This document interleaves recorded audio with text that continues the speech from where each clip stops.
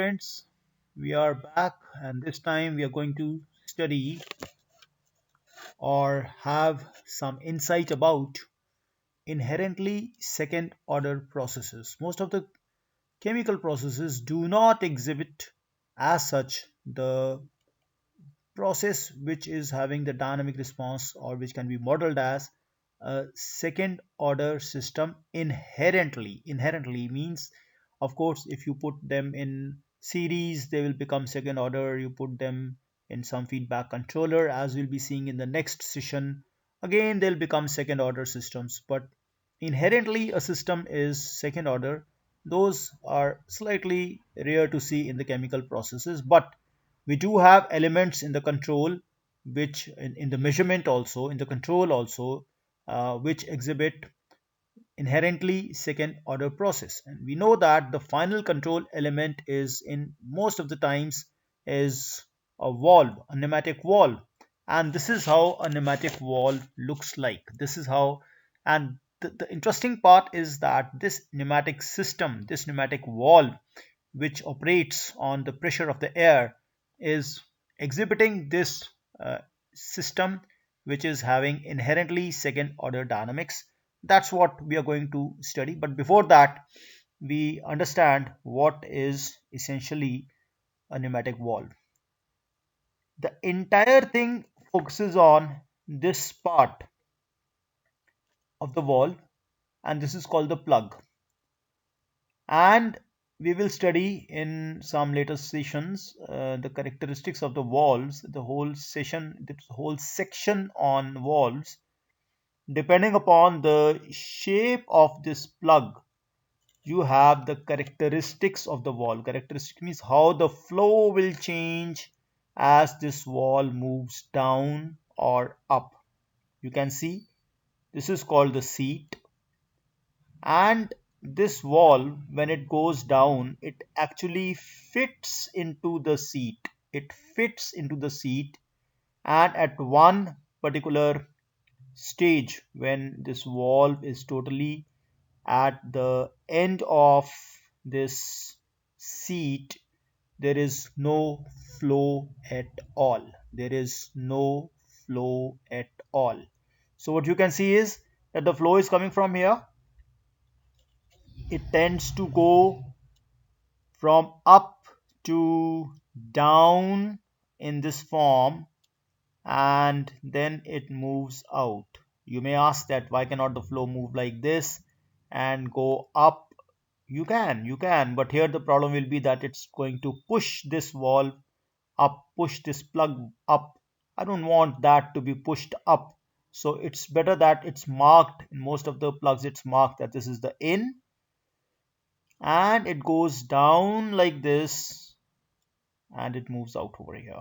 So it's going from top to bottom to prevent any bottom to top kind of thrust which might be there on account of the flow of the fluid acting on the stem. We don't want that.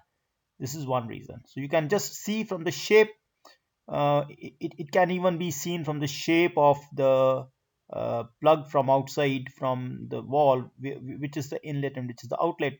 Now this is besides the point slightly, but we focus on this point. This plug is supposed to move down or up, and the final position of this wall will depend upon what are the forces acting on it. You can see there are primarily three forces acting on it. Two are visible and one is not visible from this diagram. The first one is this pressure P.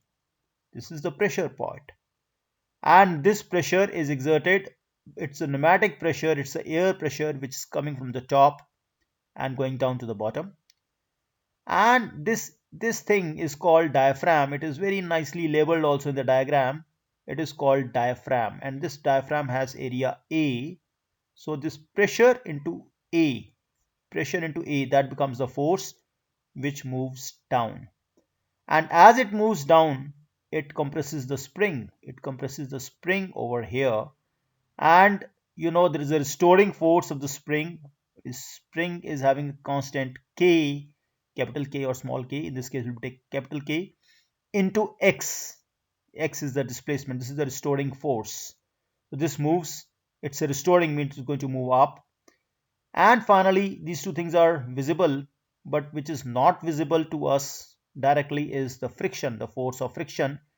And that force of friction again is given by some coefficient c into the rate of change of displacement. So that is something third. So this p into a is one force, k into x is another force, and the third invisible force. This is the net. Whatsoever is the net force, net force is always equal to mass into acceleration. This is what we have been studying from Newton's second law of motion. I don't know from which standard. And that's going to give us the dynamics of this pneumatic wall. We will see it is first order, second order, third order. We will see from the equations which we finally able to get it. Basically, as you can see, it's nothing but a kind of, this entire thing has some mass, spring, and the friction means it is a damper. So all you have done, mass, spring, damper system, you can see this is quite equivalent to that system. And let's see from the next slide what we have for us in the future. Just going to read it out. The position of the stem is determined by the balance of all the forces. Which forces? I've already told you. One by one I will be showing you. The first force is P into A. This is what I've already told you. This is the diaphragm of area A, and we have pressure P is a signal which opens or closes. So P into A is first force which acts downwards.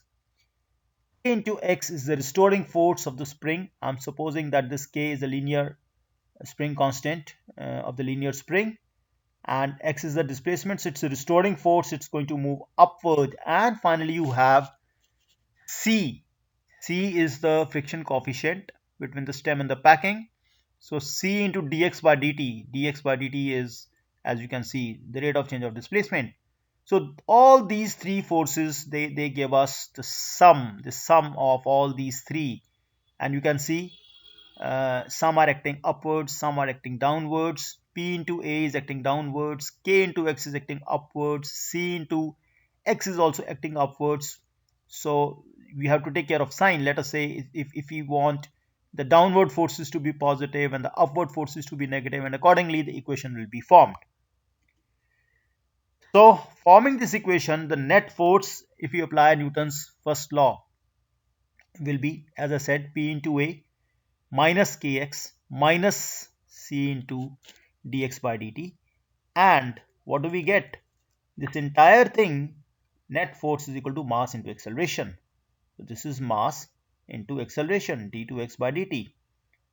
Why are you dividing by g? Which is to take care of the units and so on and so forth, because this mass is in kilogram force, and kilogram force is to be divided by g to get into kilogram. That's a technical reason, otherwise you could have simply taken mass also.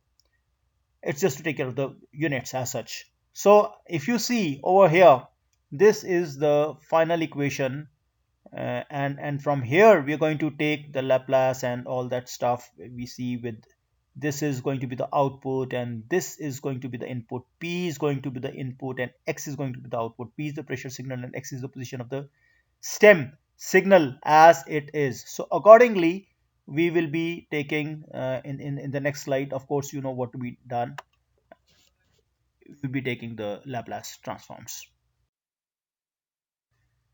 So what we go in for, we reshuffle, and as we reshuffle we see what we are getting. After reshuffling, the P is on this side and rest of the things are on this side. All negative signs have become positive by proper reshuffling, and this is the forcing function, and this is one coefficient, and this is second coefficient, and this is third coefficient. So as such, we take the first coefficient as we have been doing always, as equal to tau square. We're taking the second coefficient as 2 zeta tau, and the third one as such we taking this constant before the forcing function, we take it as kp. So nothing new as such. So this whole equation, it's boiling down to tau square d2x by dt square plus 2 zeta tau dx by dt plus x is equal to kp into p. We need not take any deviation variables here, because anyway At the steady state, when everything is relaxed, everything is zero anyway. Displacement we get taken as zero, p we have taken it as zero. There is we're taking the gauge pressure and so on and so forth. There's no need to take deviation variables in steady state in this particular case, because at initial state, all in the initial time t is equal to 0, and all variables are equal to, all initial conditions are satisfied, they are equal to 0. So we need not take deviation variables in this case. So once this equation is formed, my dear friends, it's very, very simple now to see that this represents a second order process. It's a second order linear time invariant differential equation. That's why it's very simple to see. The moment we take the transfer function of this, I need not do it again and again. Very simple. The output upon input, output is x and input is p.